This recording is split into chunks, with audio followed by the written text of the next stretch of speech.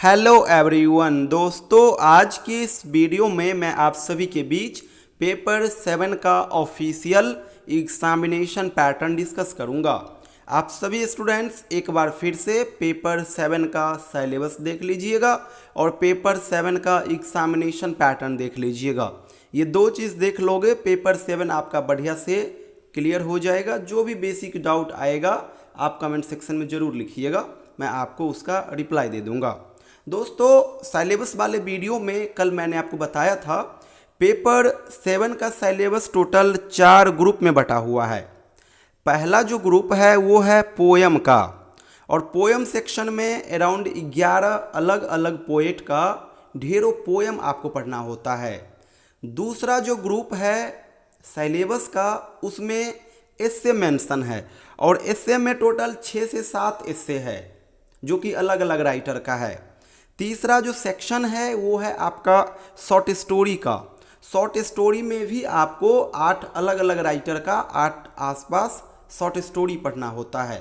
और लास्ट जो सेक्शन है वो है नॉवेल का, और नॉवेल में आपको एकमात्र नॉवेल पढ़ना होता है जिसका नाम है द गाइड। तो ये 4 सेक्शन आपको कवर करना होता है, और एग्ज़ाम में इन चारों सेक्शन से सवाल पूछे जाते हैं। तो पैटर्न को समझाने के लिए हाल ही में पेपर 7 का एग्ज़ाम हुआ है पार्ट 3 का, वहाँ से ऑफिशियल क्वेश्चन पेपर लिया हूँ और उसी के माध्यम से मैं आपको पेपर 7 के बारे में सारा कुछ बतलाऊँगा। बाद बाकी एक बार आप लोग अगेन सिलेबस को देख लीजिए। ये देख लीजिए, पोयम सेक्शन का सिलेबस है, ये आपका एस्से सेक्शन का है, ये शॉर्ट स्टोरी का है, और लास्ट आपका नॉवेल है। देख लीजिए 21 से 24 सेशन का ये क्वेश्चन है, हाल ही में एग्ज़ाम हुआ है।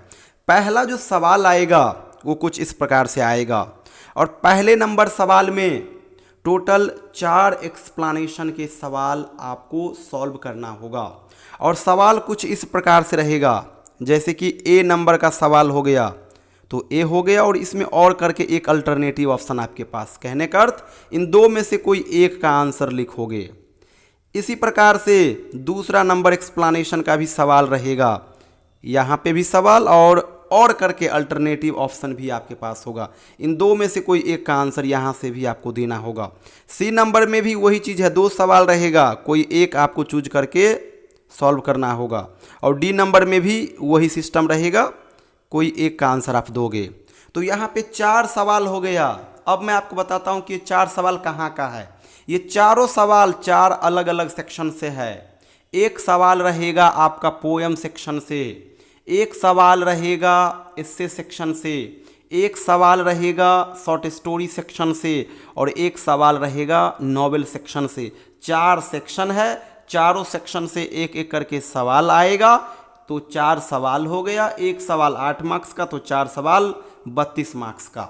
तो ये हो गया पहला नंबर सवाल का मार्किंग एंड एग्जामिनेशन पैटर्न। अब आप लोग दूसरे नंबर सवाल की ओर आइए।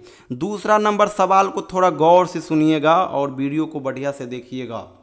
दूसरा नंबर जो सवाल रहेगा वो पोयम और पोएट दोनों का कॉम्बिनेशन रहेगा। आपके पास यहाँ पे 2 ऑप्शन होगा, या तो आप पोयम सेक्शन से आंसर दे दो या फिर पोएट सेक्शन से आंसर दे दो। जैसे देख लीजिए दूसरा नंबर सवाल कुछ इस प्रकार से रहेगा। स्टार्टिंग में इसी प्रकार से 5 पोयम का नाम दिया हुआ रहेगा। आपको इन 5 में से किन्हीं एक के ऊपर क्रिटिकल समरी लिखना होगा, क्रिटिकल एप्रिसिएशन लिखना होगा, और वो 17 मार्क्स का होगा। तो या तो आप इस पोयम का आंसर दो, या फिर इसी में और करके 5 पोएट का भी नाम मेंशन रहेगा। इस 5 पोएट में से कोई एक का आंसर दे दो, लेकिन दोगे कोई एक सेक्शन से ही। या तो 5 पोयम में से एक पोयम के ऊपर आंसर लिखो, या 5 पोएट में से एक पोएट के ऊपर आंसर लिखो। कोई एक चूज करना होगा, या तो पोयम चूज कर लीजिए या फिर पोएट चूज कर लीजिए। ये नहीं कि पोयम से भी एक क्वेश्चन का आंसर दे देता हूँ और पोएट से भी एक क्वेश्चन का आंसर देता हूँ, बिल्कुल नहीं। एक ही क्वेश्चन आपका कवर होगा, वहाँ पे टाइम लग जाएगा 2 गुना। तो कोई एक सेक्शन से एक का आंसर दोगे। तो ये रहेगा दूसरा नंबर सवाल का सिनेरियो। तीसरा नंबर जो सवाल रहेगा दोस्तों, ये आपका रहेगा नॉवेल से, far from the madding crowd novel से। और नॉवेल में सवाल पूछने का वेरिएशन थोड़ा अलग यहाँ पे देखने को मिलेगा। यहाँ पे एक सवाल तो कैरेक्टर से रहेगा और एक सवाल नॉर्मल रहेगा जो कि टाइटल, थीम, प्लॉट, कंस्ट्रक्शन से संबंधित होगा। ये फिक्स है। एक सवाल रहेगा टाइटल थीम प्लॉट कंस्ट्रक्शन से समरी बेस्ड, और एक सवाल रहेगा कैरेक्टर से। 2 सवाल रहेंगे, 2 में से कोई एक का आंसर आपको देना होगा और वो 17 मार्क्स का होगा। तो ये तीसरा नंबर सवाल का सिनेरियो है। चौथा नंबर जो सवाल आएगा वो आपका आएगा एस्से सेक्शन से, और एस्से के लिए आपको पता है ये सारा एस्से आपको पढ़ना होता है।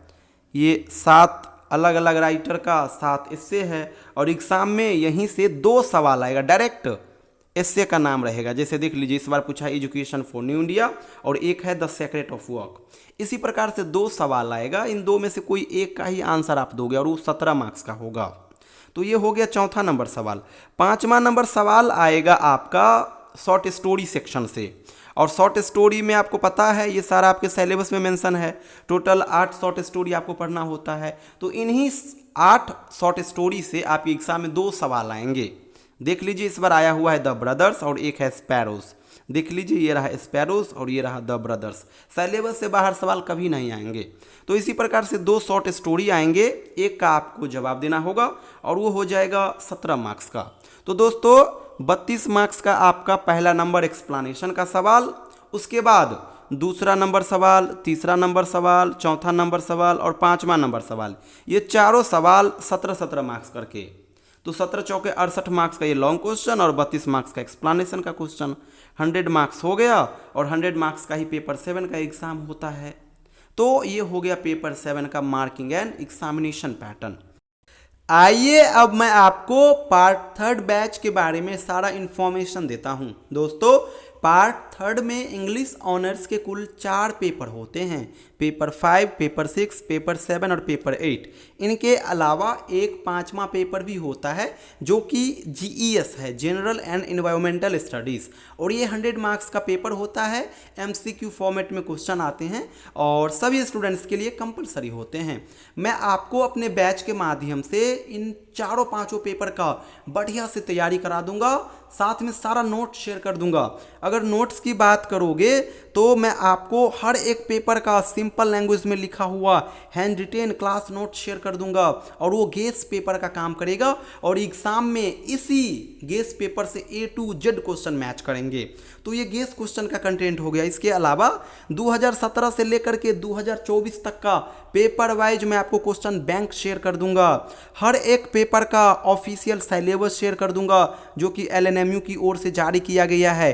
पेपर 6 और पेपर 7 में ढेरों पोएम पढ़ना होगा आपको। तो पोएम टेक्स्ट के लिए आपको बुक तो लेना होगा, लेकिन बुक महंगी होगी, इसलिए बुक मत लीजिएगा। मैं आपको हर एक पोएम का ओरिजिनल टेक्स्ट का भी PDF बना करके शेयर कर दूंगा। इसके अलावा पेपर 8 में 20 मार्क्स का फोनेटिक ट्रांसक्रिप्शन का क्वेश्चन आता है, और ये काफ़ी सिंपल सेक्शन है। थोड़ा मेहनत कर दोगे तो 20 में से 20 मार्क्स आ जाएगा।